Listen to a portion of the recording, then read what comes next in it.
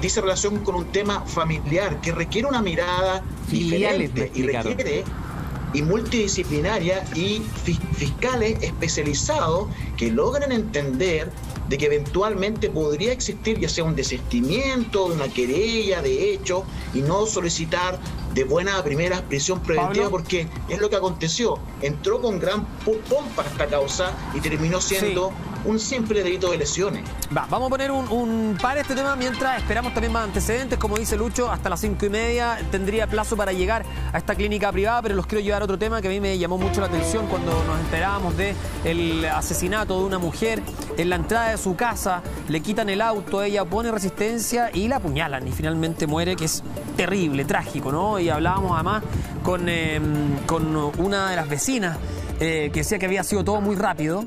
La verdad es que eran niños, digamos, o adolescentes, si se quiere, ¿no? Eran personas que por supuesto no tienen el criterio formado, tanto así que fue su propio papá el que los entrega a la justicia, Lucho.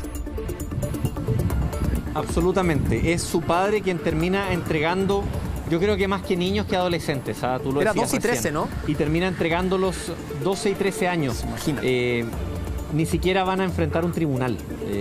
Y no lo digo como castigando, sino que lo digo desde el punto de vista de lo complicado que haya niños que estén cometiendo ese tipo de delitos, que estén llegando a ese grado de violencia. Siento que acá es indudable y el dolor que debe tener una familia es indescriptible después de la pérdida de un familiar desde esas características. Pero también hay que irnos a entender por qué está pasando eso. ¿Por qué hay hay niños de 12 y 13 años que están cometiendo delitos como el homicidio? Eso es gravísimo. Es tremendamente grave y lo estamos viendo cada vez más habitual. Recuerdo hace aproximadamente 2 meses una persecución con cerca de 8 autos robados donde había un niño de 11 años también. Entonces claramente es algo que preocupa a las autoridades y más aún por cómo están ocurriendo hechos de ese nivel de violencia cometidos por niños. Pablo, bueno, la pregunta es difícil porque uno dice, ¿qué castigo puede tener? ¿Qué se puede hacer con estos niños?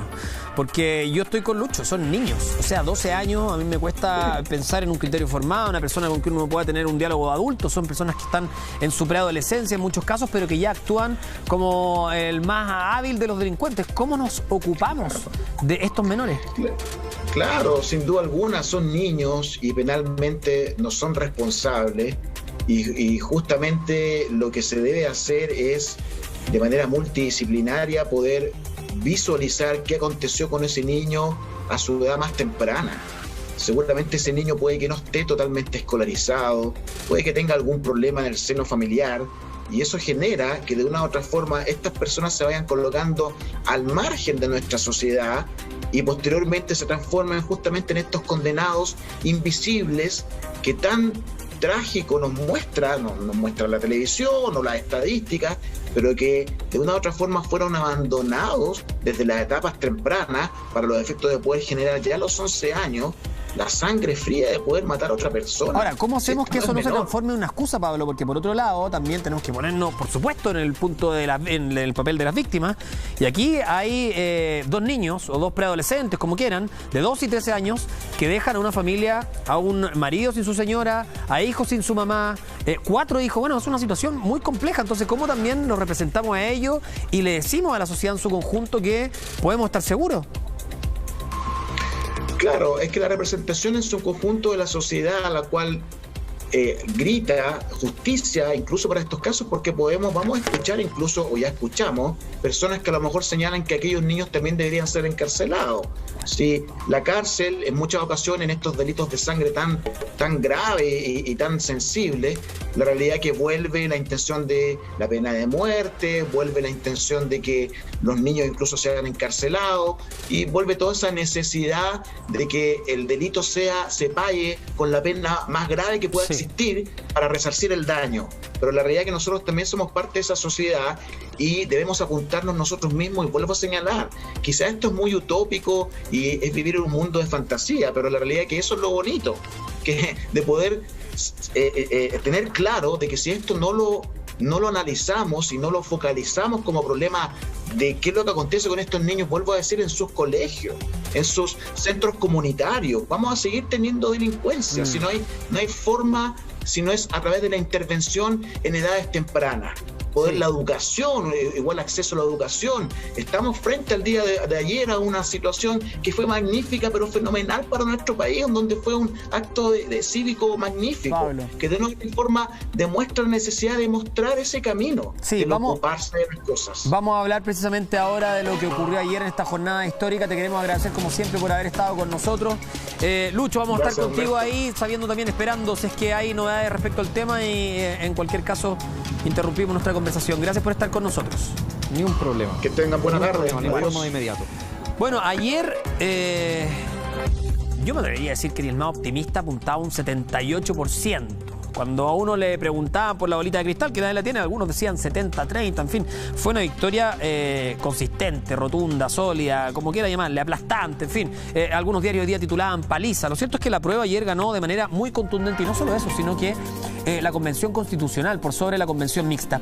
Nosotros estuvimos en distintos puntos de votación, nos encontramos con Kramer, nos encontramos con el ex alcalde Salaquet, los reunimos, bueno, imagínense lo que pasó. Vimos al viejo Pascuero votar, muchas familias que iban con sus hijos en coche, muchos abuelitos, personas de la tercera edad que decían, a mí, si es que se cambia la constitución no me va a favorecer en nada, pero lo hago por el futuro. Bueno, la verdad es que ayer se vivió una jornada que, independiente de la postura política, fue una jornada ejemplar del ejercicio de la democracia. Lo hablábamos el día viernes también en un panel, decíamos, ojalá la convocatoria de las urnas sea masiva. Y por supuesto que lo fue. Algunos pueden cuestionar, dicen sí, fue un poco más del 50%. Lo cierto es que desde que el voto es voluntario es la votación más masiva que hemos tenido. Vamos a conversar hoy día con el diputado de RD, Giorgio Jackson, y también con la diputada de Renovación Nacional, Karin Luk. Gracias por estar con nosotros. Les quiero invitar primero a ver esta nota del lado B, lo que nos encontramos en las urnas, y luego comentarlo acá en Contigo en Directo.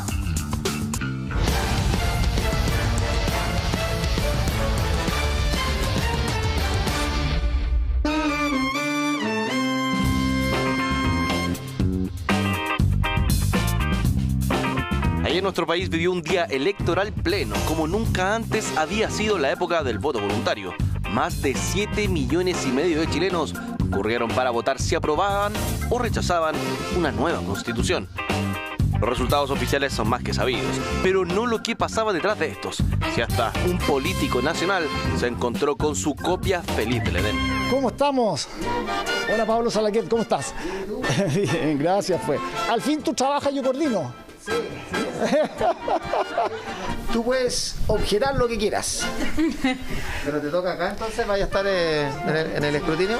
Sí, voy a estar en el escrutinio, no sé si acá o en el San George. Me tienen que avisar en qué colegio me toca. He estado recorriendo. ¿Tú prefieres en el San George o acá? La verdad es que ahora acá. No voy a poder relatar los votos como tú. Tengo que hacerlo totalmente neutro. ¿Cómo te sentías en esta jornada? Bien, muy contento, elegido por la chiquilla. Como presidente. Sí, me eligieron. Así que... Oye, ¿fue sorpresivo? ¿Sabía que venía? No, yo no sabía. Vino a puro sapear, Claro, si todos querían ser parte de esta histórica votación, los viejos, los jóvenes, los que nunca habían votado y hasta los que se habían extinguido. No hablamos de políticos, sino que del personaje corredinosaurio que llegó a sufragar en Quilpué. Cualquier persona puede venir como quiera mientras no venga con ellos. No puede negarle la entrada. No puede negarle la entrada, señor. No puede negarle la entrada a sufragar. De hecho, está más protegido que todos nosotros juntos. No puede negarle la entrada.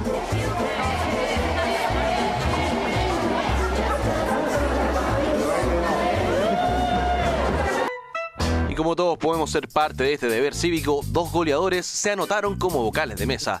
Esteban Paredes y Sebastián Chamagol González ya son conocidos en sus centros de votación, ya que no son primerizos en el trabajo electoral.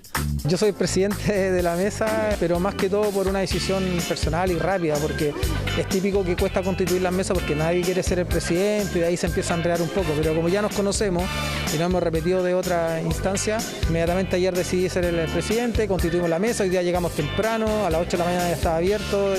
ya había gente incluso esperando para votar. Y de ahí la verdad es que ha estado bastante rápido todo. Más gente que viene a sacarse fotos, ¿no? Así es.